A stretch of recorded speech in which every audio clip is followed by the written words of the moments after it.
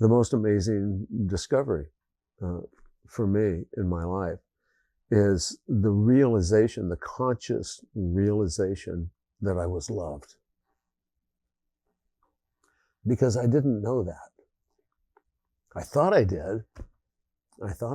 I had this wonderful sense of my own persona. My ego was running very strong, but did I really know that I was loved? Did I really feel that? I think I knew it in my head. But one of the things that cancer did was it helped to join my head and my heart.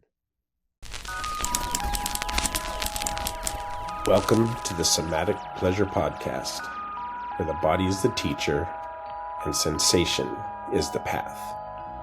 I'm your host, James Hummeke.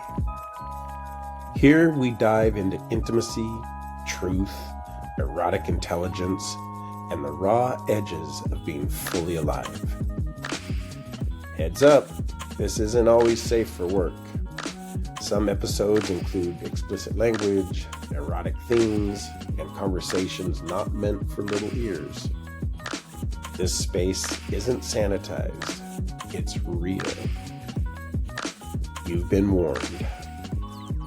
So if you're ready to feel all of it, come on in.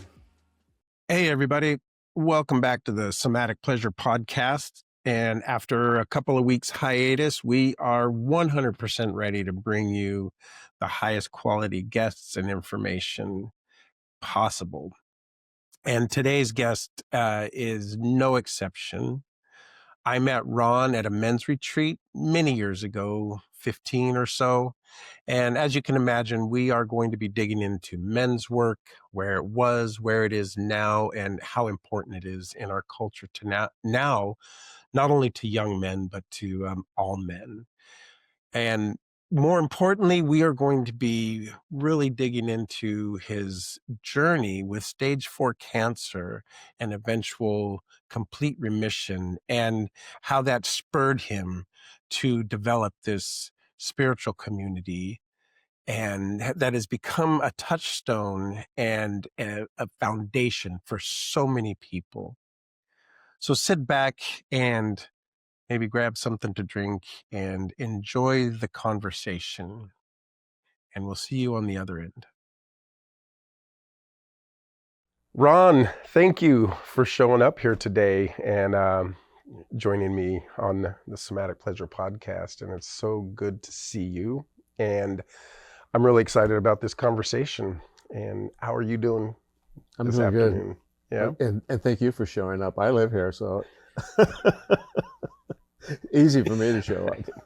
Well, it's such a beautiful space that you're here to do this. Thank and you. I'm so grateful that we could do that. And having Eric, run all the tech, it's amazing. It's amazing. Absolutely. So Ron, I almost don't even know where to start with your journey. I mean, you've been in this work and doing this type of thing, this spirit house and Center for Attitudinal Healing, and running groups and facilitating, and you've been doing it for so long. So, but I know that a big part of your story is getting cancer at some point in your life. And that seems to be one of the real deep touch points and activators in your life and in your development of the work that you're doing. And invite you to talk about that a little bit. Wow. Yeah. Okay. Yeah, I like how you framed it. In this work. In this work. Yeah, the work. What is the work? Yeah. Life. The work is life. Yeah. And it has different modalities. Just like there's lots of different healing modalities, lots of different entertainment modalities. Life is one amazing, unfolding cornucopia of modalities. That's for sure. Yeah. So cancer, getting sick, really being taken offline, in put into a mode of deep introspection. That's the way I went. That's the way I took it on. Why did I get it? Here's what I think that I got it. Everybody has different ideas about this. And I ran all those ideas through. I thought, well, is the environment, is this things that I was exposed to? Were there chemicals? Did I eat the wrong foods? Did I put myself into too much radiation? You know, just in life, my own exposure to life. And really what it came down to for me is that my life was trying to change. There's a current in my life that was trying to move me in a different direction than my head was telling me that I should do, I need to do, I have to do. It's my duty. This is my self-image. That's what I have to do.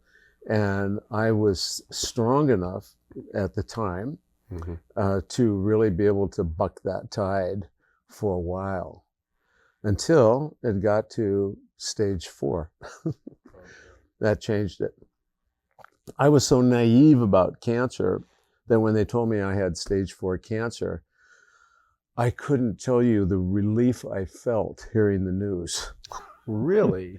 And the oncologist and the nurse just leaned back and looked at me and said, "Oh, so you have a death wish. We're confused. Why are you so excited?"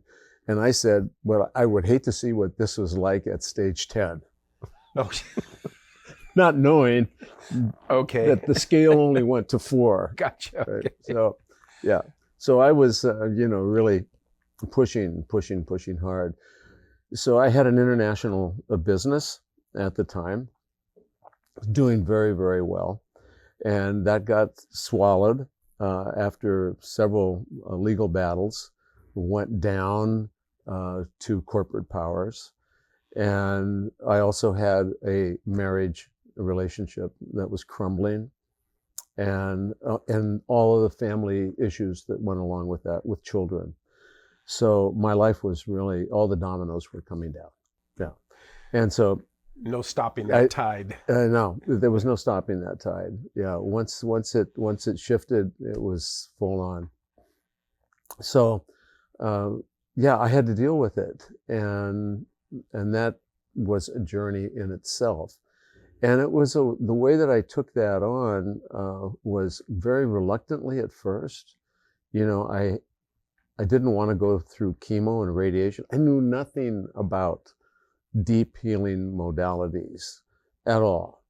I just knew I didn't want to do chemo and I didn't want to do radiation, not for any really strong intellectual reasons. It's just that I was predisposed to that for some reason, most likely because I was interested in nature and natural things. I was very much of an outdoor person as well. Yeah. So I did cave in to family and friends and doctors and the medical system that told me that my death wish would come true if in fact I did have a real death wish, which I didn't. I definitely want to live. And I had a hard time believing it was the end of my life when they told me at Stanford that I had at the outmost a year to live. And a second opinion told me 2.5 months if I was lucky. So really what I had to do was really begin a process of going inward. I did cave in, and I felt it was a cave in until I got right there to the moment of the infusion for chemo, which I took. And then after a period of time, also taking radiation, the full amount allotted by law. Wow. So it was a regime of this called the Stanford 5, which is no longer available. Yeah, I've never heard of that. Yeah, I took that one off the line for good reasons, and radiation. So I managed to survive it. in the process of that, I had an opportunity to really do a very deep introspective dive within myself, with the realization that I really wasn't connected with myself at a very deep level, as deep a level as I would like to have been. How old were you when this was going on? I was in my late 50s. In your late 50s. Yeah. Okay. All right. Right. And it actually started in my early 50s, but it just kept going. So it was for a good 3.5 years, I was dealing with symptoms of Hodgkin's lymphoma. Okay. Yeah. And so this, what it sounds like, and what I've heard you say before, is that this was that deep dive. That was really the starting point for you, moving into more of the spiritual work, the shamanic work. Is that appropriate to say that? Shamanic work had started before that. Like I said, I've always been a nature person. Right. I've always liked the outdoors. I've always been involved with rivers and mountains, mountain climbing. I took my 14-year-old son to Nepal on a support trek to Mount Everest. Wow. In support of the American British Lao-Tzu Grand Traverse. It was a beautiful adventure for the two of us together. It was hard, but it was a wonderful trip. So all of the adventures in nature, are really deep within me, and also to really begin the study of shamanism early on. I think that was one of the things that was turning, turning the tide within me to open and expand. I mean, I believe that we, like plants and animals, are under the influence of power so much to our not knowing, right. And that over a period of time we begin to recognize that we're being influenced constantly. We're connected to the all of the all. Yeah. Yeah.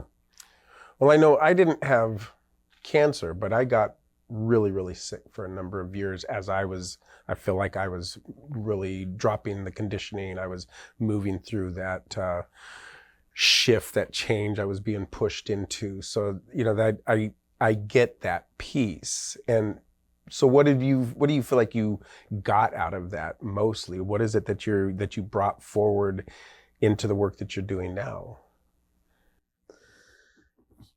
When we talk, there's a blend of things happening here. And my mind is really streaming through these waterways with that question, because it's kind of like, what came first, the chicken or the egg? Right. The study of shamanism. What was that? The work that I had just begun. I had just started as a result of all these changes in my life. Started working with entheogens, working with Mother Ayahuasca. And that was really, that was late in life. This is nothing I started early on in my life. I was very much not interested. I mean, I was interested. I grew up in the 60s in San Francisco. I was there for all that. The exposure was there. At that point, I was a designated driver. I had 2 little children. Right. I saw people jumping on buses and heading off into the wilds, and oftentimes leaving someone behind. And, I didn't want to take any chances. So I became a designated driver, and, I did the work that I was doing in San Francisco.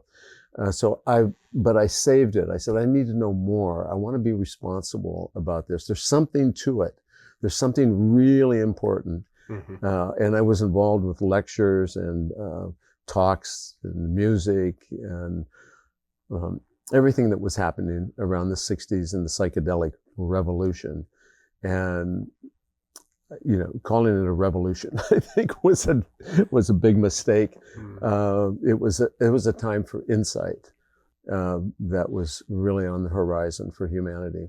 And I'm very happy to be part of it. but I wanted to know more. I wanted to be more responsible about it, you know, to my family, to my children. So I thought, I'm just going to wait. I think, well, maybe I'll wait. This was in my 20s. Maybe I'll wait till I'm 50 years old, you know, and then I'll go to the Amazon and I'll find a shaman and I'll try this mysterious vine, this vine of death, as it's so often called. And so when 50 rolled around, there was was planning to go to Peru, and then a series of things happened, and that didn't happen. And I thought, well, I'm just gonna wait and see what happens. And maybe it's not going to happen in this lifetime. But as it turned out, it did, and I had an amazing experience. And that opened a world to me. That opened an experience that was so incredibly familiar to me. In fact, as I was having the transpersonal experience of going through the Nairika, a doorway, you know, from one dimension into another inner dimension, I was saying, forgive me. How could I have forgotten this? Wow. How could I have forgotten this? And what I was exposed to on that initial journey was something that I had already been carrying with me all of my life. It's what I suspected that was happening, that was simultaneously happening within this world that I'm living in right now, within this realm of consciousness, that there was always that sense of something else. In other words, for me, and people would comment at times, even though I was a suit and tie guy, right. board of directors, involved with a lot of different things. I had one foot in this world and I had another foot in another world. And some people could see that. It wasn't something that I was pushing for or touting or trying to be seen. It's just, it was in my conversations. It was just in the connection that I would make with people. So that was an extremely powerful influence on the way that I experienced stage 4 cancer journey. So you had done the ayahuasca before you'd been prior to, okay. Yeah. One of the things that I really appreciate in, you know, listening to you and your, you know, wanting to know, like going deeply in and wanting, you know, feeling like it could be really powerful, but taking the time to find out about it, to research it, to discover more about what plant medicine is and ethnogens and what could happen, instead of just jumping into the, you know, into the deep end. I know that so many people that just, oh, I'm going to go do that. Right. And there's no mindset around it. It's just like, I'm going to go do that. And maybe I'm going to see God or whatever it is that they're wanting to get to, or sometimes just party. And it seems like the first time I did ayahuasca myself, you know, I'd been clean and sober for 15 years and I was on a really good diet, and it was really conscious, like why I wanted to do that. And I had a similar experience where it just like, it was like, oh, I know this place, you know, and it was just so beautiful it's really, to this day, is one of the most beautiful experiences that I've ever had. And that was back a few years ago. But, you know, anybody going into or thinking about doing any of that kind of work, any of the plant medicine work, what I'm hearing is that you might be suggesting that they take the time to discover what it is that they're wanting to do and what it is that they're going into, instead of just willy-nilly jumping into that. Is that? Yeah, well, that's a matter of prudence. You know, every individual has their own degree of that. Oftentimes people make choices just based on trust, based on faith and trust in their companions and people on the path with them. I don't hold that against people. You know, again, here's life unfolding for each and every one of us. And I think one of the key questions that, if we roll the tape ahead in life, one of the key recognitions I have is that, if there's an axiom involved in this life journey, it's, being true to yourself. It's about what is real, what is true for you, and our ability to question reality and also question authority. And along with that goes responsibility. And I think to come to a place of recognizing personal responsibility for self to begin with, that's a great starting place right there. It's a big one, yeah. And so many people don't want to take responsibility, or and it continues to unfold all through life as the maturation process continues and hopefully increases. That's what we call growth, right? Yeah. So yes, definitely. Hopefully as we go along, we get some maturity and some insight and understand that. And so your trajectory, having gotten into shamanism, and you started an organization, right? Shamans International. Is that about around I the did. same time? And I actually started. I formed a company. It was just a private sole proprietorship company. I just needed some kind of a banner to begin with, and I was reading the magazine Shaman's Drum that Timothy White put out for many years. It was the only thing on the market at the time. It was the only published magazine. It was absolutely fantastic, and it was all the writings from indigenous communities around the world, and ethnobotanists and people that were traveling around the world and collecting these stories and reporting the way people were living and their use of entheogens of various types. So I started this company before I had ever had any experience with entheogens. Okay. Yeah, and that was the whole idea of that was I was doing marketing. I was doing international marketing, but the company that I had created, I was also interested in using percentage of profitability for environmental causes and humanitarian causes. So I was involved with different organizations at that time. I was president of the Conservation Alliance, and it was a new group that was just started. I was one of the founding members there.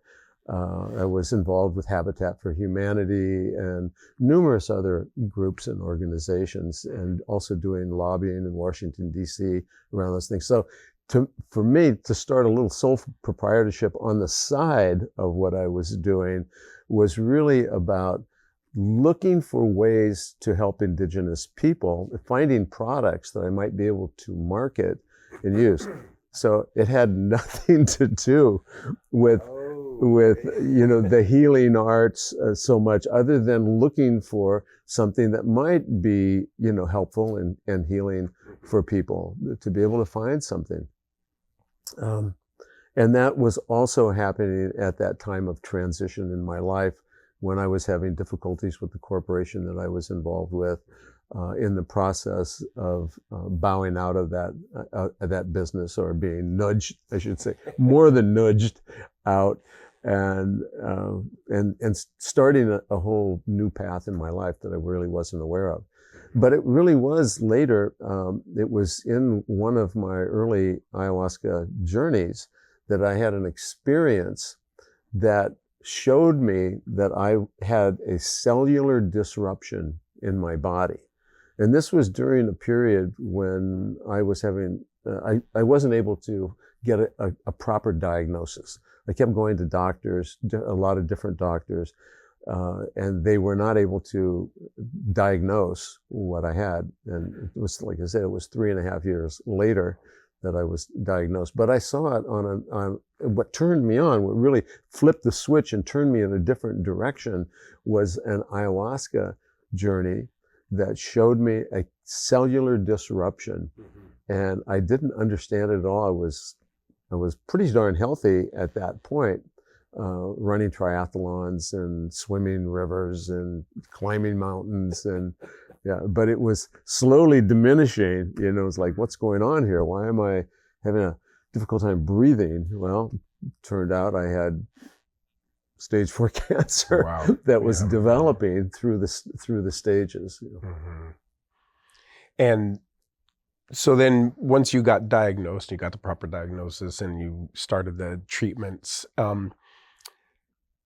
from what I've heard you talking about is that part of what helped you heal was, you said love was, it was loving yourself, receiving love from others, but it just seemed like you've talked about this a number of times. And so I'm really interested in how that plays in. What was that for you? Yes. Well, as you know, as the years went by, you know, when I came out of the journey, when I came through the rapids, as I put it, of chemo, the chemo rapids, when I finally came out of the whole thing, you know, I had a vision to start, you know, Spirit House Center, but that there was a lot of things that happened before I came out. And before I started Spirit House Center for Attitudinal Healing. And that was the most amazing discovery for me in my life, is the realization, the conscious realization that I was loved. Because I didn't know that. I thought I did. I had this wonderful sense of my own persona. My ego was running very strong, but did I really know that I was loved? Did I really feel that? I think I knew it in my head. But one of the things that cancer did was it helped to join my head and my heart. And when my heart was touched by the love I was receiving from so many, it just took me in. And I surrendered. I surrendered to love. As I see it, that's the foundation of the work that I do, the life that I live, is to be true to that. And I really feel, you know, it's like, I had a wonderful friend who, he and I, for years, we talked about doing a seminar, you know, doing a workshop on the purpose of life. That's really funny when you think about it, you know, like, look, okay, let's teach people, let's get a workshop going, and we're going to teach people and we're going to talk about the purpose of life. You know, how important would that be to know, right? Of course, we never could quite figure it out completely, you know, and to script it and put it together. But we had a lot of fun doing the exploration in that. But for me, you know, connecting with love really shifted things. It changed everything in my life. And what I did find is that what is important, and it may be the most important thing, I don't know, I'm still evolving, you know, it's like there's new things come into play, right? Is number one, I have to learn how to love myself. And I think this is important for every individual, to actually be able to say and confidently say, I am love. And that is the essence of my being. I'm made by love. I am love. Love is the essence of my being. It's like on our little attitudinal healing cards that you have, you know, the first principle is that the essence of our being is love. And I believe that, having experienced this, not theoretical. Right. It comes from, a connection, a head-heart connection, and really being able to know that. And so that's really, that is really the foundation of what healed me. When people say, was it chemo that healed you, or was it radiation that healed you? Or was it all of the other alternative modalities that I started exploring? It became an adventure as well. And also it was very, very difficult. It included, a loss of my ability to walk at a particular period of time right toward the end of chemo. I was, reduced to crawling, and I had a near-death experience as well. And that was very powerful. And also, again, an opportunity for deeper inner seeing. Yeah. Yeah. So I hear a lot of people talk about, everything is love. It's all about love. Mm-hmm. Listening to you and watching you move through that space, there's a sense, like almost somatic, physical sense of that feeling, that connection in you. And if you were to describe that to somebody, what does love feel like? What does, that connection between the head and the heart, is there a way that you can describe it, or is it kind of beyond words? This is a hard one, I know. Get settled. Because I felt it, and I have felt it in the past with you. So I know it's a real thing. Yeah. I started moving in that direction of, purpose in life, or meaning in life. And that first step being to really, find love within yourself, to really be able to experience that. And I think that's absolutely essential. So many of us are looking for, to quote the old song, looking for love in all the wrong places, or better, change the title of that, looking for love everywhere, but looking for love to come to me and give to me. I think the first place to find love is within ourselves. And then having the ability to feel that, to see that, to know that, then it gives an individual a kind of superpower. And I saw that superpower in my grandmother. My grandmother turned me on to this superpower. And I used to watch my grandmother. My mother would drop me off with my grandmother sometimes. This is when I was a young kid. And my mother would go off to do something and drop me off at my grandmother's work right at the end of her workday. And my grandmother would go to the bank with the receipts and, make cash deposits at the bank for the company she was working with. And there'd be a long line at the bank. And my grandmother would stand there and just look at people. But she was doing more than looking at people, I noticed. She was looking into people. She had that ability, that superpower. My grandmother was not looking into people with judgment and criticism.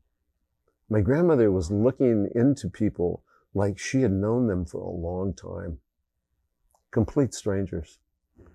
And she transmitted something to me that was there, that was seeded in me. And I think it was imparted in different ways in my life, but those seeds took time to mature and to grow, and they were very much nudged along by a terrible experience. What seems, it's called a terrible experience, stage 4 cancer. Many do not survive. Most do not survive, in so many cases. And so that ability to connect with someone else and feel the love in that person. And, there's a saying in the, comes out of the Course in Miracles, to be able to see the light and not be hung up on the lampshade. You know, it puts it in very succinct words, but it's that ability to say, wow, yes, oh, I see your lampshade, you know, yeah, you're a nice guy, you're a beautiful guy, you know, you're well kept, you know, you take care of yourself, you're strong, you know, or whoever it might be, but don't stop there.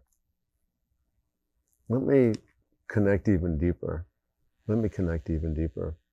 And that forms the foundation for something that I think is a very powerful healing principle. And that's the ability to actually say to someone who you are intimate with, is to recognize and to say, I feel you feeling me.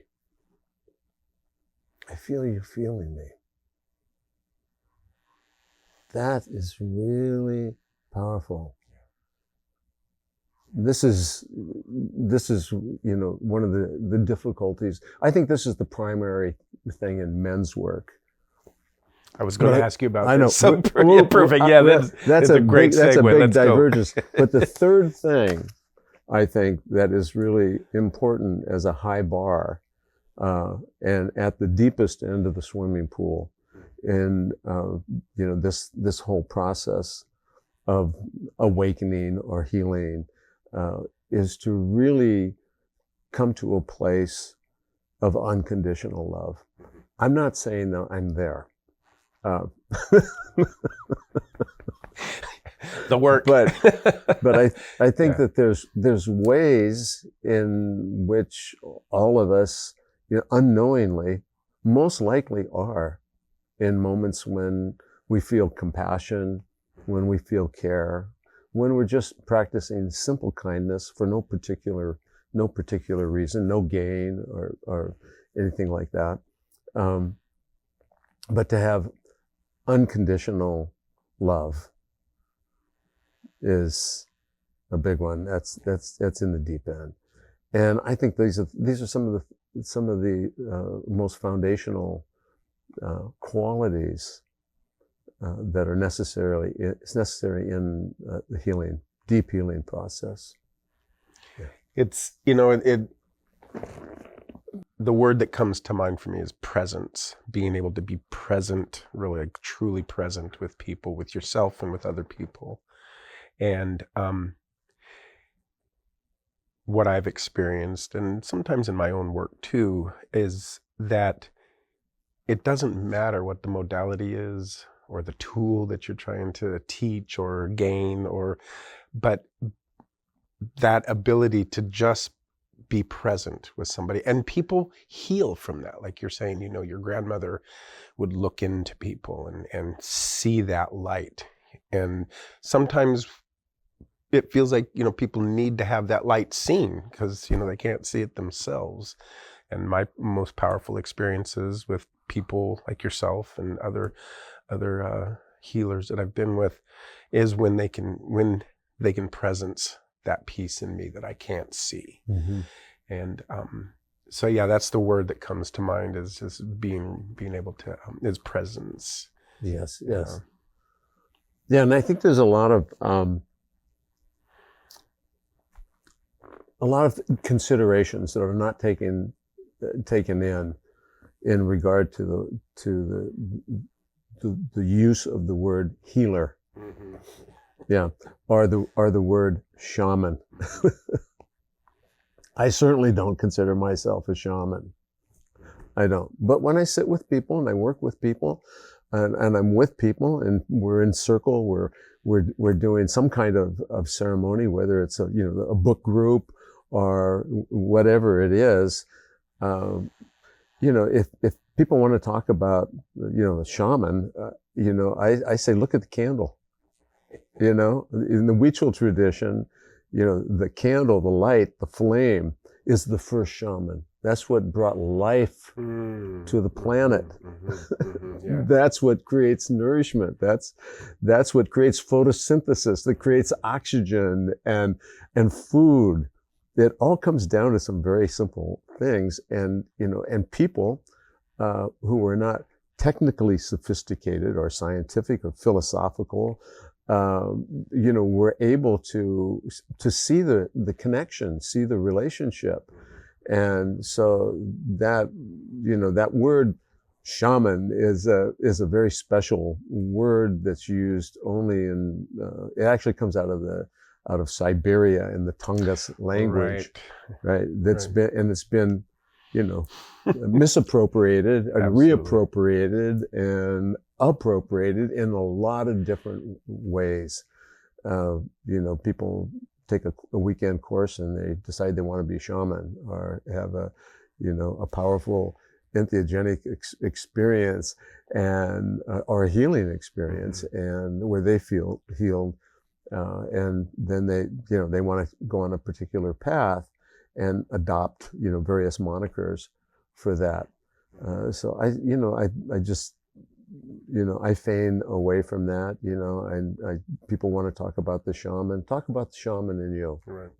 Talk about if you need something outside of you, you need some kind of a physical representation, go to the candle, look into that light, and just allow yourself to be completely absorbed in that, and allow the light in you to shine.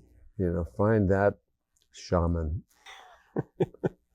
Well, I'm appreciating all that you're saying around that too, because the taking on identities or taking on monikers, like you said, it is problematic on many levels. And it's all, I won't even get started on my experiences with people that have named themselves something, but, kind of coming back to this piece of, your healing journey from cancer, and then opening of your work, and you started talking a little bit about men's work and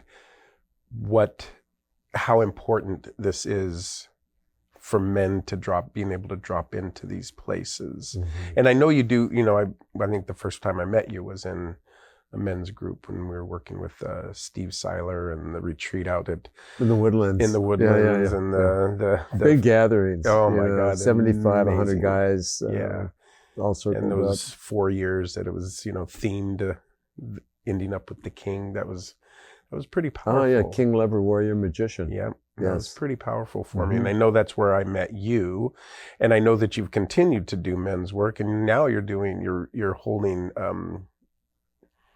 a circle for men who have cancer, or have come through that journey. Yes. I'd love to hear more about what that.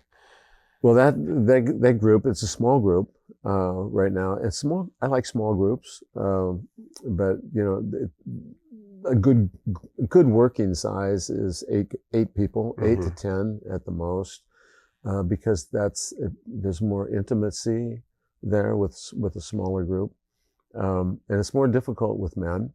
I have to say, I've worked with men and women together. It's always primarily been more women than men. That's pretty much the way that I have found, workshops to be in general. There's generally more women than there are men. But yeah, working with men, it's really an amazing opportunity for discovery. I think it's all discovery, and it's really about working with healing, and the men that want to come and want to explore that and go beyond the bounds, the boundaries of allopathic medicine, and who want to take really more responsibility for their body, for their life, and their healing process, to come to a support group, a men's support group, and it's amazing what one can discover there. Well, I imagine I imagine that, I'm just thinking that when that group gathers up, it's talking about cancer is not the main thing that's even talked about. I would imagine that there's a lot of other things that are happening there. What have you found is maybe the biggest topic or the stumbling block or realizations that that you guys are coming to in that? Well, it's good that you said stumbling block. Yeah. Because there's a process of overcoming stumbling blocks. This group that I'm working with right now is it's a joint venture between the Cancer Resource Centers of Mendocino, who asked me to do the group because I took a hiatus from the other groups that we were doing for several years, and asked me to do this group. And Spirit House Center for Attitudinal Healing. So we're both working together. So the people that are coming through this, not all, there's people that come from outside their relationship with the Cancer Resource Center. They offer a lot of wonderful resources, and this is one that they offer their clients to come here. So the stumbling block, some of the stumbling blocks to get over are the difficulties that people are having with doctor's appointments, with hospitals, with the way things are run, with the system as a whole, the medical system as a whole, and really not knowing anything about the meds that they're having and the limited amount of time they actually have to talk to someone about what their process is. There's a feeling of being processed. And of course, I had firsthand experience with the cancer journey that I took. I was also involved with the CAM model, which was popular at the time. So the CAM, C-A-M model is a modality that is about, it's alternative modalities. It's complementary alternative modalities. And so it actually works with, it's a way of saying, there may be more going on than what you think about. It's like, yeah, you caught a cold, you got a virus, you caught a cold, let's treat it, Oh, you got cancer. Somehow, mysteriously, you got cancer. But the medical system doesn't really take into consideration what's happening with your life. How are the relationships with your life, with your wife, and all through your life, your children, the people that you work with? What is your relationship to Mother Nature, the environment that you live in? What kind of traumas have you had in your life? And things come out. Once we get past that and the initial obstacles and men feel more comfortable with men, then some of the stories come out about being beaten as a child, being humiliated, being shamed, being blamed, being judged. These are all human factors that people grow up with, and the traumas that people are experiencing in their young life as children, and then all through their life. And so, of course, men build armor, a facade, a structure. Women as well. It's not one size only. It's humanity. It's the plight of humanity and what we have to deal with and overcome. These are challenges in our life. But the beauty of it is that those who share and begin to share in that work, and whether it's in a cancer support group, or whether it's maybe on a bowling league, or a men's group, or a baseball team, or to really go much deeper is to go to a men's conference, like where we met, the Circle of Men, and where there's a lot of men that have stepped up to be guides and to share their experiences with other men. Yeah, we definitely need more of that. And now it's really popular. There's a lot of men's groups out there. There's there's just a number of them. But you were talking about in workshops and whatnot that more women show up than men, and that men have a more difficult time, or they're more difficult to work with. And so I'd like to hear, what are those places where you feel like men are coming up against a wall and Mm-hmm. not able to move. Yeah, so I was just in just hosted a group. We call it an integration group, and this is an opportunity to integrate experiences that we have in life. They're really important, and when we talk about doing medicine work, that's a nice thread in this conversation. And there's always the question, what's the takeaway? What was your takeaway? And so that takeaway can easily be taken away. That takeaway can easily be washed under the bridge, water under the bridge, especially if you just like go back to work the next day or in 2 days, you jump into your life, hook, line, and sinker, which is what you came out of your life, hopefully to have some kind of insight or realization. Then bingo, you have an insight and a realization, and it may be really profound, but then what do you do with it? Do you jump back into your same routine that has embedded in it habituated patterns in your life that then take dominance? And it's like every once in a while, something will like make you think about, oh yeah, I had this really powerful experience. Wow, it was really life-changing at the time. So the integration process is really key and essential. So to work with men and to actually, to bring it back to men's circles or men's gathering, what is it that happens with men? Why are men so reluctant to come to workshops and to go into the realm of consciousness? But well, it involves vulnerability. There's that word. Men are not so easy to have a desire to be vulnerable. And vulnerability leads to humility. And so in the man's world, the idea of humility quite often is weakness, and vulnerability is weakness. And yet, for those that truly are, they are strong. They are the strong ones. They're not the pushy ones, the ones that want to beat other men up and move people around like they're parts of a machine.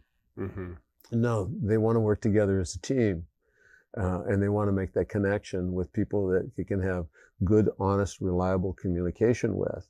That requires vulnerability to get to that place, first of all.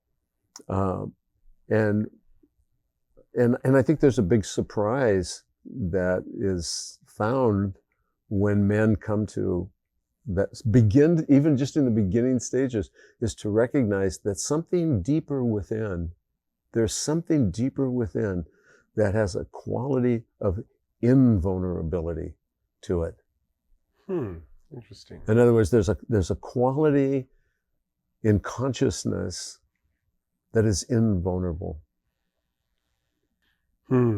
So that more authentic, true place of who you are, your spirit, your core, is this what you're talking about? Sure. Yes. Whatever you want to call it. Yes. Well, it's got a definite name. It has there are different names for it, but I think the most primary name for it is awareness, I awareness, which is happening in the background. It's happening in the background because the foreground is completely filled, completely saturated, seemingly completely, but it's really not. There are moments. And what is it filled with? It's filled with the objects of awareness.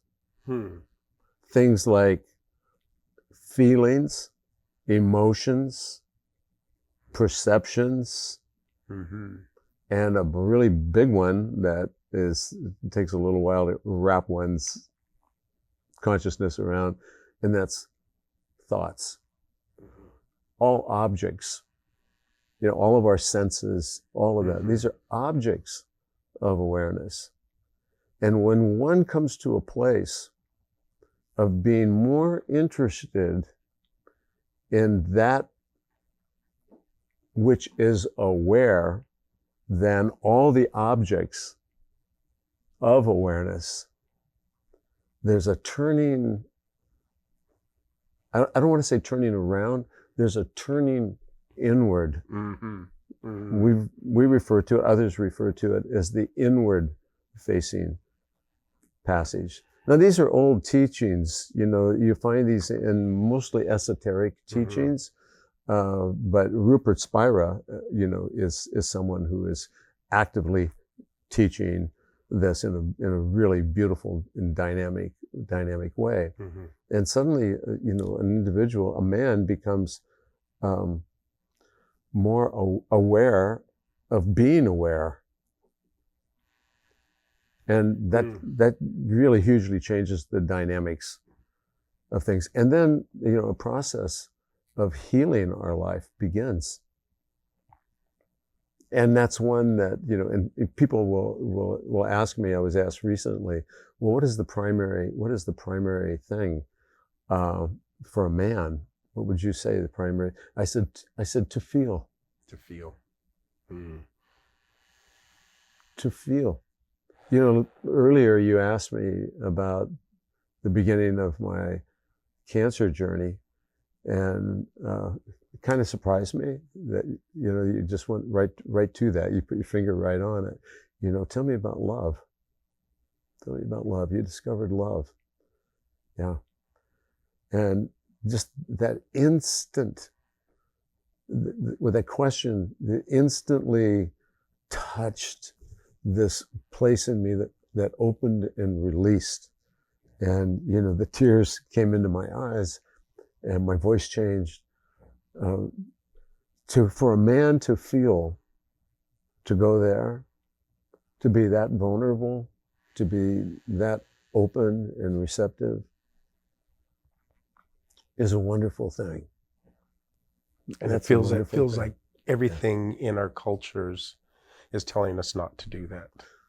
It just feels so, there's so much around that. And you can say that. You can say that everything in our culture is telling us to do that. Or we can reframe that in an attitudinal sense and say everything in our culture is giving us opportunities over and over and over again to heal that. To heal that. Yes. Yeah. And that's true.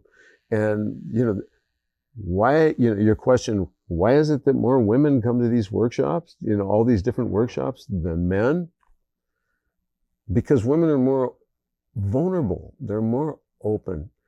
They've also been, because of that vulnerability, been taken advantage of. And men don't want that to happen to them. I know. They say, I'd rather be the oppressor than the oppressed. Yeah. But then the recognition that the oppressed and the oppressor are co-conspirators. Yeah. Yeah. They're in that dance together. And so to really work with the healing process, which opens a whole new world, as you know, with your world of somatics, to really begin to connect with the feelings in our body, not just our emotional feelings, but, this amazing, this amazing body that we have that is capable of so much is something that is so primary and instrumental as a shock absorber. It takes on the trauma. It takes it on. And what do we do with it? If we're men, right? We're strong enough, we park it somewhere. Park it somewhere. And if we start to do the shamanic work, we'll run into our ancestors. We start to do ancestor work, right? Mm-hmm. And we say, well, what did my dad die of? What did my mother? What did my grandmother?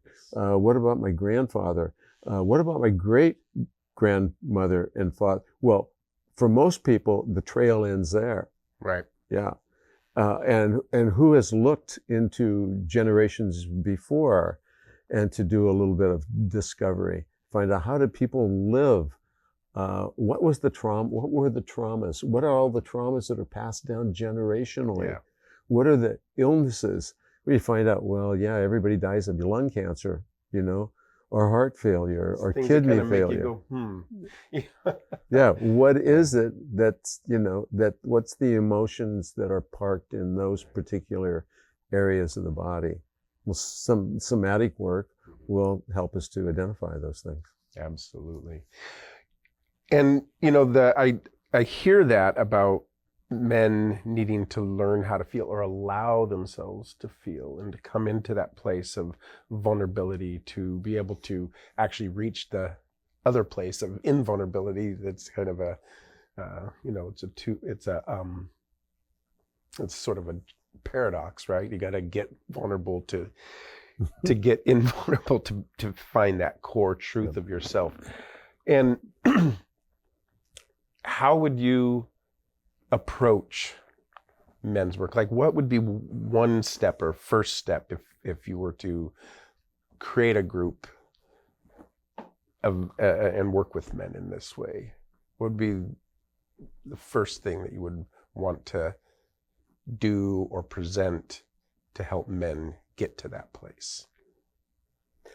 Well, I think you have to, know something about yourself, for someone wanting to do that. Mm-hmm. It has to have a sense of self, and then be able to be sensitive enough to recognize your own field of interest, in your field, to, understanding a sense of field, vibrational field. Who do you know that is like-minded, or even like-hearted? Who do you get along with? Maybe even someone that you don't get along with so well, but you have some kind of a connection there. Just propose to bring people together in that way. I mean, of course, you can always, if somebody is interested in doing that work, they'll just make a flyer and put it up, or, do a posting somewhere, invite men to come over and to explore, or to join another group. Other groups are really a powerful way to connect and find like-minded or like-hearted men of different interests, or different philosophical. I mean, people get together for a lot of different reasons. People get together to build engines and motorcycles, men, or to do building projects, or to help the community in some way, or to play music, but to do it consciously, that's something else. Yeah, getting men to gather, but consciously, is seems a little daunting sometimes. Here in this particular community, we have a lot of experience, let's say, with men and women doing deep work. There's a lot of it up here. It's kind of a core theme in this community. Currently, I'm living in a place where it is not that. It's oil fields and ranch hands and car drivers, race car drivers, and because I've been up here for so long, I really got a sense of heart opening and heart opened men. And now I'm in this place, and it just is so eye opening to see the effects of that shutdown on such a consistent level. Sure. I think people are open to it, possibly, but there's not much happening there, so they don't even know that it's available. So that's that place when that was the impetus of that question, is like, okay, well, how would you help somebody who doesn't have this language, doesn't have this experience, lives in a place where that stuff is relatively frowned upon, actually, and to help them open up to those to those different ideas, you know, to that sensitivity, to the connections and those kinds of things. Maybe it's a rhetorical question, but no, it is something I think that's an absolutely wonderful practical question. I think that the people that actually extend and do that do it in a couple of different ways. There's different ways it can be done. I think the most meaningful way is if you feel a call to do that, then you will do it. But that's, you know, therein is the examination of what do you mean by the call? You know, to have a calling in life is to have a deep inner knowing that, oh, this is something to do. Now, sometimes it can come in sort of soft, land soft, like, you know, here's a good idea, you know, wow, I just read this book, Iron John. Oh my gosh. You know, the original Bible of the men's group that's what has been touted. Yeah. And to say, wow, this is, you know, something that started the men's movement, and I get it. You know, to read it and get it is something that's really important to actually get it. But if you have that sense of a calling, then you don't have to worry about anything.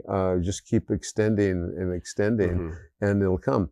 But men's groups do get started by somebody who just thinks it's a damn good idea, and I'm just going to give it a start. And I got one guy that wants to get together, and you know, he's got a friend, and I just ran into somebody else, and you make it interesting. It happens in a lot of different ways. And I think that it's opening and actually tuning into the field.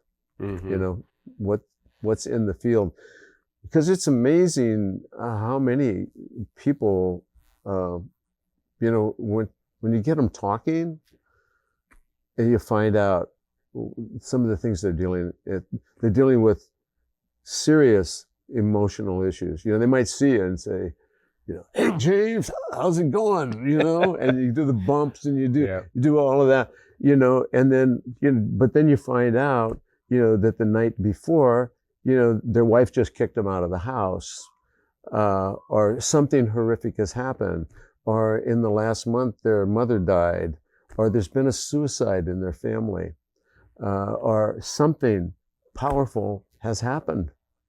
And you wouldn't know it. You just wouldn't know it, because men are not carrying that around so easily. You know, they armor up, you know, they get the game face on and they go out. Well, that's one of the things that I've seen, and is that just by being present with a man, you know, and sometimes asking, not even necessarily leading questions, but just being curious. And I don't know about you, but I often get these stories from people. I'll just be sitting, randomly meet somebody, we start to have a conversation, and next thing you know, this kind of stuff comes out. And I think one of the most telling things is when they say, you know, I've never really talked about this with anybody. That's right. You know, and you can see the pain. That's right.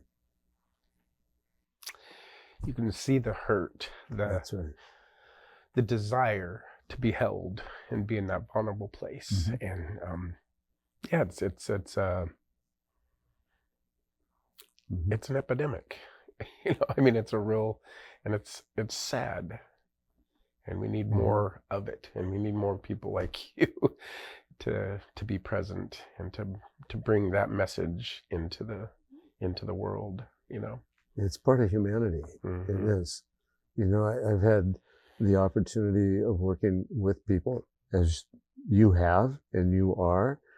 A lot of that comes from experiences in your life. And I know some things about your life, my life, and some things that I'm revealing about my life, that I've really been, I don't want to use the word forced, but I have really, life has strongly encouraged me to have more self-examination, especially around the emotional field. Why is it that 8 people in my family died in a year and a half, and I'm conducting funerals and taking care of burial arrangements, you know, and working without a break, you know, without missing a beat, right? And there's a lot of deferred emotion, you know, don't have time to deal with this now, have to deal with this later. Men have been, you know, exceptional on the battlefield with this kind of mannerism and way that we have been taught. So that vulnerability shows up, and when you finally get down to the nitty-gritty of what's going on with people, and you're working with a variety of people, yes, you find a woman who'll come forth and say, yeah, I've been dealing with incest issue throughout my life. You know, the time when I was a young girl, and had to deal with incest. And also a man who will very reluctantly, is what I have found. There's only been a few that have really come forth saying, I want to work on this issue, who have had to deal with their own sexual trespasses, transgressions, and also incest issues. Not so easily spoken of because it's not so commonly recognized. You know, the Boy Scout leader or the priest, you know, all of these infractions and these difficulties, and it's all hidden, and it's all covered up with smiles and singing songs and toasting beers and, you know, doing all that. And that's good. That's a good thing too. But let's not forget that there's other things going on in life, which also, you know, brings me back to something you said early on that had to do with shamanic practices, but also healing and healers. So I look at that, you know, I look at just as I explained how I look at the shamans, right? Is also the healers.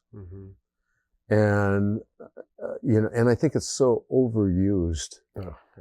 It's so very much overused. Yes, who really in their heart of hearts doesn't want to be a healer?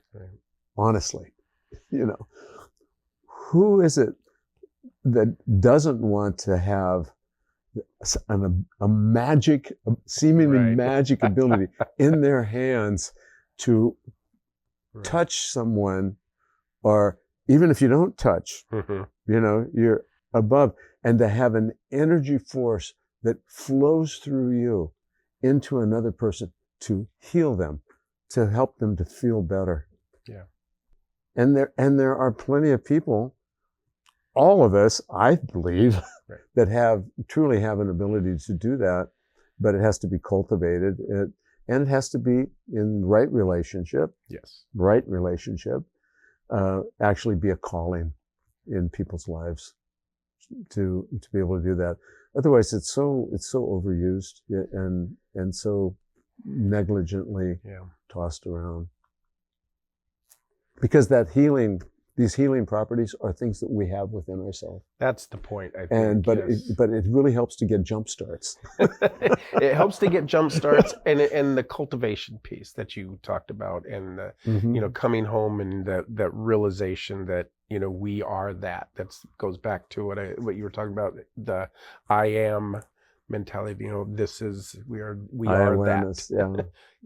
And to not defer out all the time to somebody else to make that happen, you know. Oh my gosh, we live in a culture that is all about getting it somewhere. Yeah. You know, achieving it, you know, earning it, making it happen. Oh Lord, yes. You know, and I get caught in that spin all the time. I won't tell a lie. We're immersed in it. Exactly. We are absolutely immersed in it. So to begin to, you know, do the inward facing path and the inward journey, and to really start to unpack a good place to start is within the body, the somatic work Absolutely, that you've been doing, and I know that you're interested in and exploring in great depth. Is about helping people to unpack that, helping people to find that within themselves and to expose that and bring it forth and clear it so that we can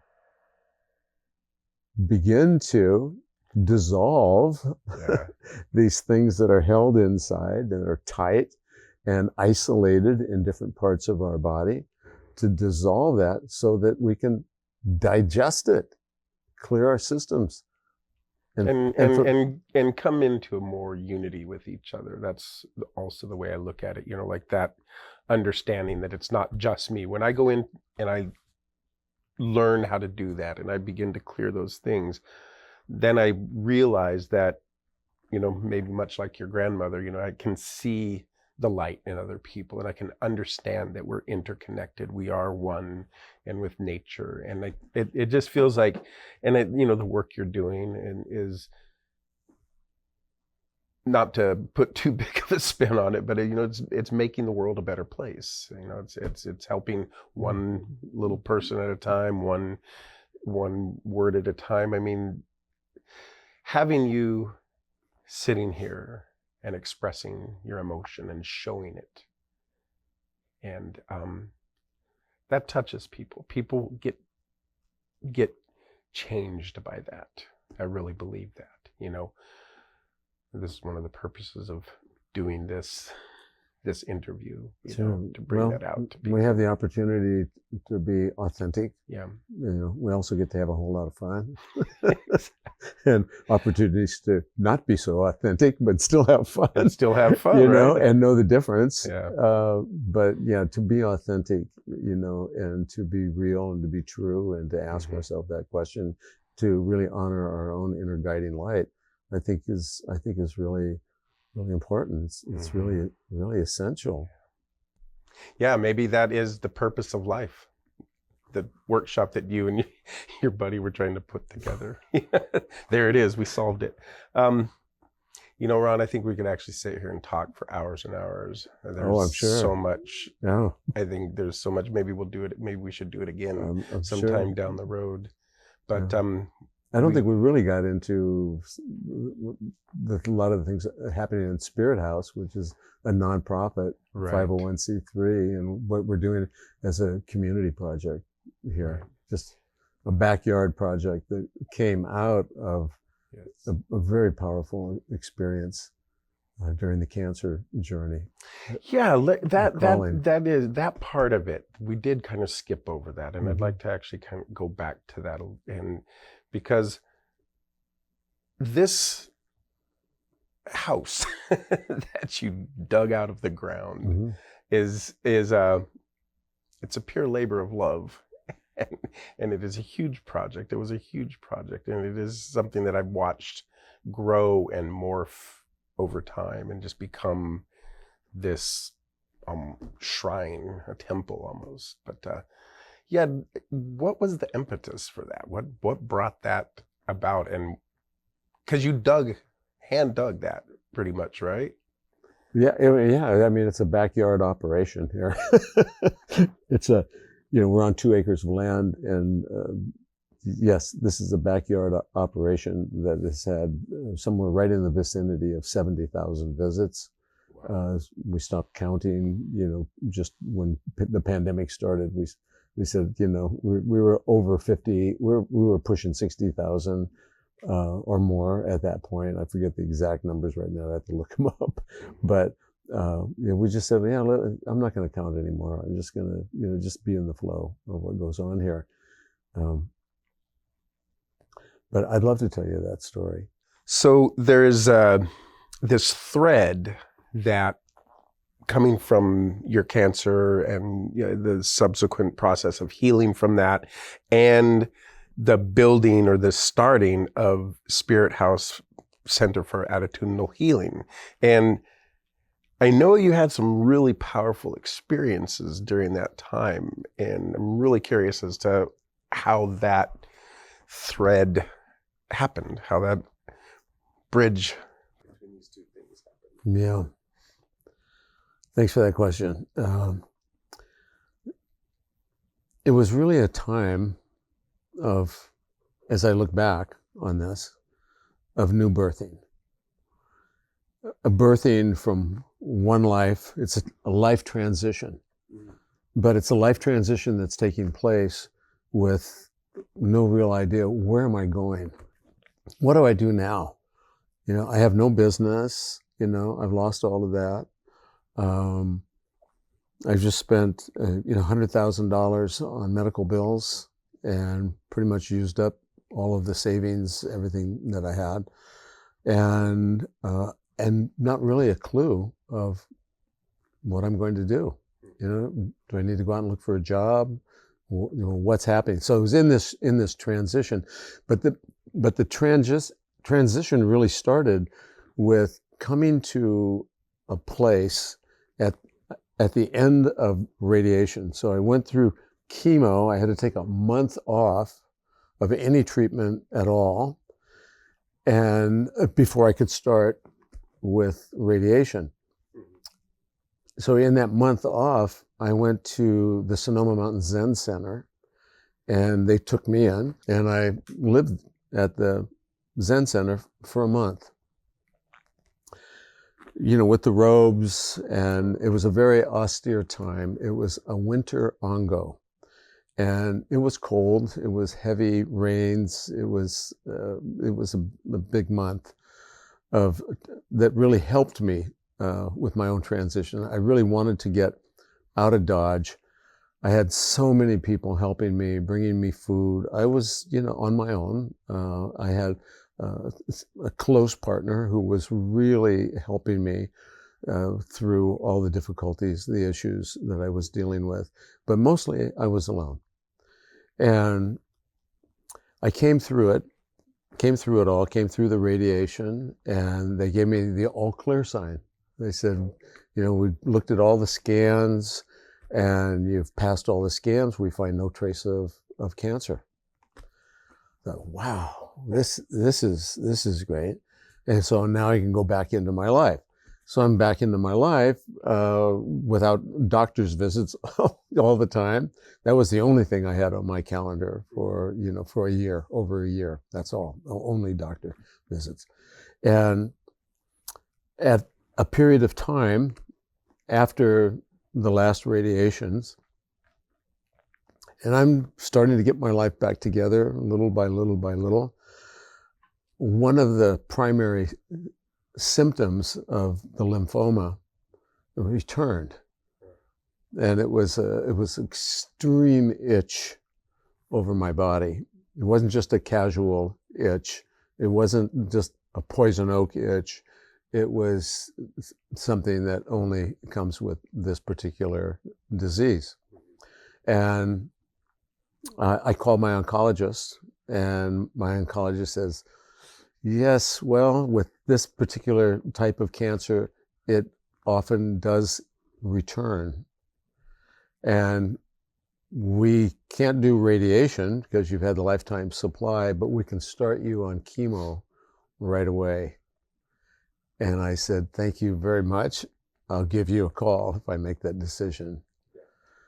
That was the last time I talked to my oncologist, because I certainly was not going to do chemo again.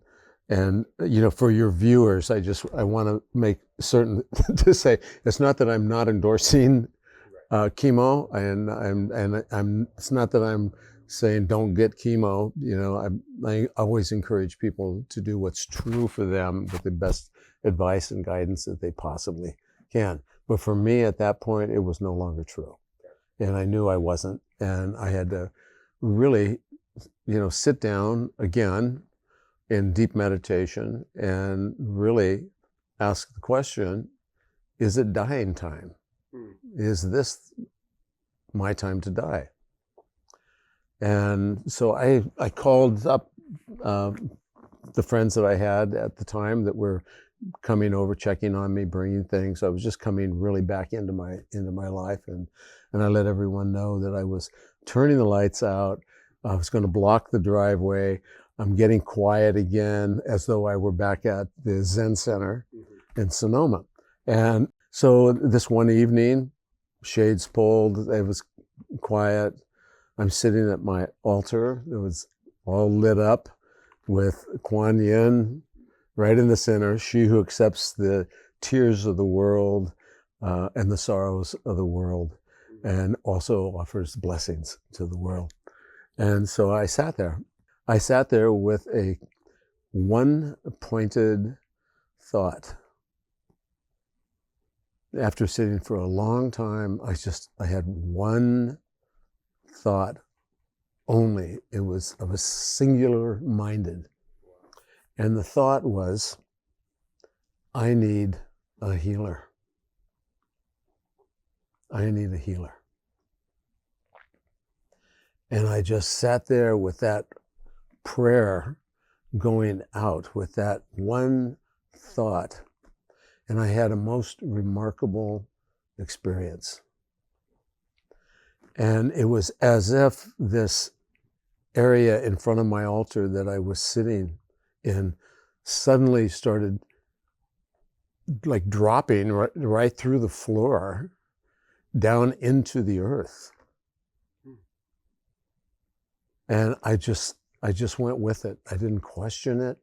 I was only holding this one singular thought. And I sat there and down I went. It's like an elevator. It's just like I was being lowered. And I don't know how long, I mean, time became completely irrelevant in this entire experience that I had. But at a certain point, I heard a voice, very clear, very distinct, that said, the healer is you. The healer is in you. The healer is you. Very, very clear. This was a male voice, masculine voice. And I sat with that. And I just accepted that. I mean, how many times have you heard that spoken? You know, you hear it in life. I mean, just in life, you know, oh yeah, the healer is you, you know, pay attention to the inner healer, you know, I've heard all these things. But I just accepted that. And I sat, and I sat. And then another thought came to me.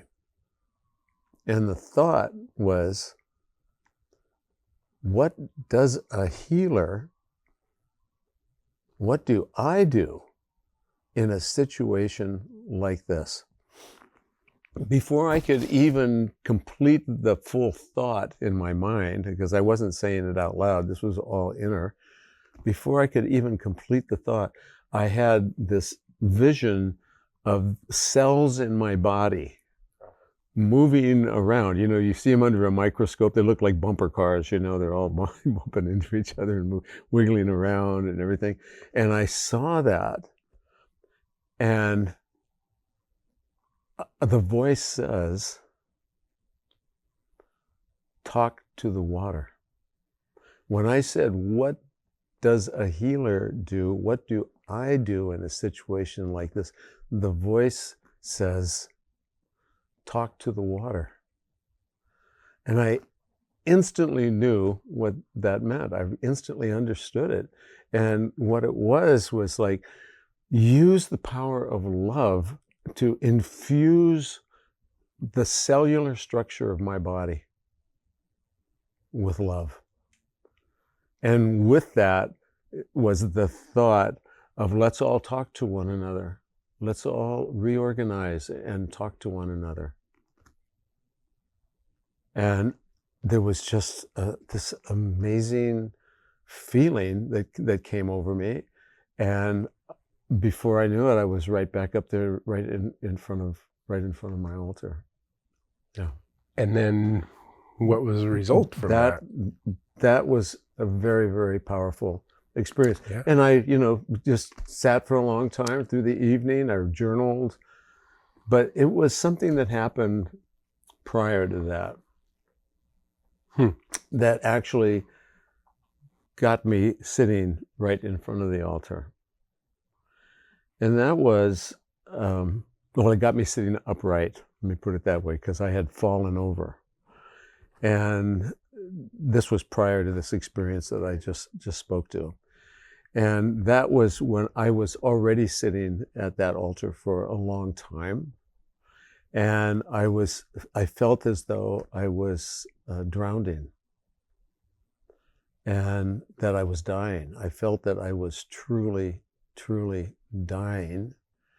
And I had fallen over, just crumbled right there in front of the altar.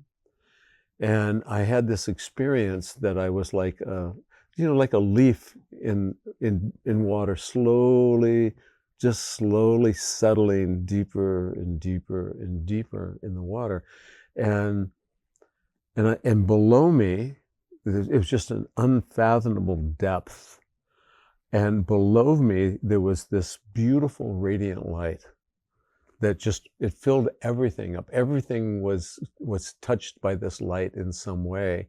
And the closer I was descending down into it, the more wonderful I was feeling. I was feeling loved. I was feeling loved and accepted and just giving myself, just letting go, surrendering to it. And a voice, again, says to me, "Is there anything you've left undone?" And with that, I instantly turned to look back at my children. And with that, I was out of the depth of that ocean and that loving light. And there I was, again, right in front of my altar. And that's when I went into the rest of that story that I told you. That is an amazing story and a powerful journey. And from there, what happened? What did you? I went on living my life, and in that process, with a knowing that I was going to be fine. And if I should die, I've already had a taste of it. I've already had, a taste of the infinite in some amazing way that has just touched every part of me. Yeah. And of course, as time went on, what am I going to do with my life? I started looking at everything in my asset base in terms of resources and people and life experiences, and what is it that I have to offer? What is it that I can do? And I had an affiliation with the Center for Attitudinal Healing that was started by Gerald Jampolsky, and his partner, who became his partner, is Diane Cirincione.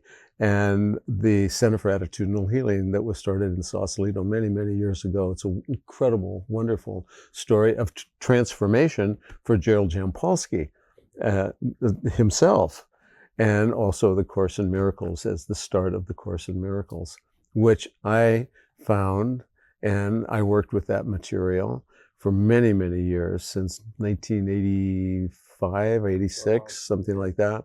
And so that was a very powerful work for me, and was part of my healing process as well. It's difficult material for most people. It is. It's pretty dense. Very, very helpful. And I had gone back over the years, and I'd also taken facilitators workshops. Okay. Yeah. And then somehow or another, you got to Mendocino. So it was a logical. I'm already in Mendocino, but it was a logical step to include that. It kept coming up in my consciousness. Gotcha. Attitudinal healing, and wow, I've been able to work with my attitude around this cancer journey the entire time, and I think it's like a strong pillar, for my own healing process. So you were already involved in that before the cancer? Yes. Oh, okay. The cancer, gotcha. The cancer journey was, I think I came out of the cancer journey at in the spring, early summer of 2004. Oh, okay. Yeah. And with that, also, I came with a vision of an in-ground, like an underground, but it's actually in-ground, because I had to dig it out, chamber in which to bring people together and to work in the realm of consciousness, healing, transformation, and begin that process. And so, and that's when Tony and I came together and really formed a bond and a union and our own marriage, and started this whole process with the Center for Attitudinal Healing. And I had already started digging before Tony and I had connected and hooked up, and I brought her up to show her, met her, brought her up and said, I got to show you what I'm doing. And then just everything proceeded from there. Yeah. And so Spirit House, we call it Spirit House, and it's like a lodge. It's an in-ground structure. We don't call it a kiva, right? Because that name is a very special name to Native American people, especially in the Four Corners area. That's their word. Gotcha. Yeah. So I found that out. Was told that by the local Native people here and the local tribal people here. And which was very helpful, and we weren't calling it a kiva ourselves. But they just wanted to make sure that you weren't. That's right. Well, they thought we were because everybody else was. Oh, I see. What so you're saying. The word got around. This guy came out of cancer, and he's digging a hole in his backyard. Like, how's Ron? Well, we don't know. He's digging a hole in his backyard, and it's pretty big. It'll hold 100 people. So that's what started that. And then, along came the nonprofit, a 501c3 federal statutes governing that. And what's the name of that? That's the Center for Attitudinal Healing? The proper name is Spirit House Center for Attitudinal Healing. Yes. And then after the construction of that came the yurt that we are in. This is where groups for healing and life-threatening illness and a host of different things take place. Ron, that is, I can just imagine what people were thinking when you're out here digging that out. Crazy Ron had a little too much radiation. That was it. Yeah, he had way too much chemo and radiation. But it's just, to put a cap on this, what you've created out here, what you and Tony have created out here is just such a pillar for the community, and it's a grounding place. And I know for myself, I've experienced many, many things here on this property and in Spirit House itself and in this yurt, so I just thank you for doing that. And also thank you so much for sitting down with me today and having this conversation. I feel like I have found out things about you that I never knew, and I really got to see your heart in a way that I feel like I hadn't seen before, and I'm just blown away by it. So I thank you for the work you're doing in the world.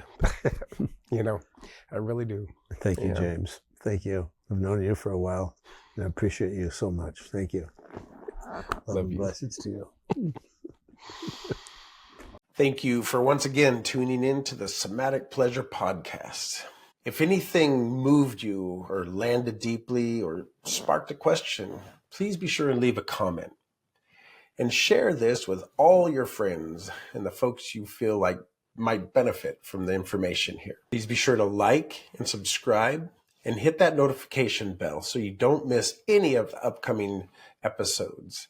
Every Friday, 10:30 a.m. Pacific Standard Time, and be sure to join the live Q&A afterwards. And if you want to keep this conversation going, please join us inside Pan's Sanctuary, a private community for seekers of truth, lovers of embodiment, and somatic mischief makers. Hope to see you there. Have a great day.